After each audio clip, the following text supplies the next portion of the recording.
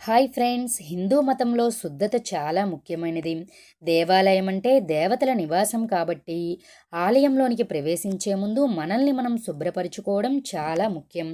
గుడికి బయలుదేరామంటే స్నానం చేసే బయలుదేరుతాం.